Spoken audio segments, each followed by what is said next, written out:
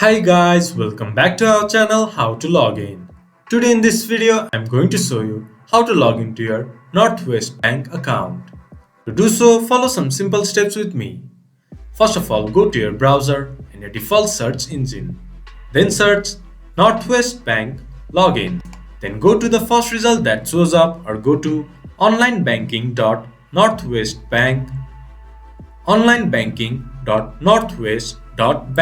It will then take you to the official website of Northwest Bank. There, enter your user ID, then enter your password. Once you have entered your login credentials, click to login. Then you should be able to access your Northwest Bank account. If you have forgot your password, you can get help by clicking to Forgot Password. And if you have forgot your user ID, you can get help by clicking to Forgot User ID. This much for today's video. If you guys find our video helpful, please leave a like and comment. And do not forget to subscribe our channel and hit the bell icon.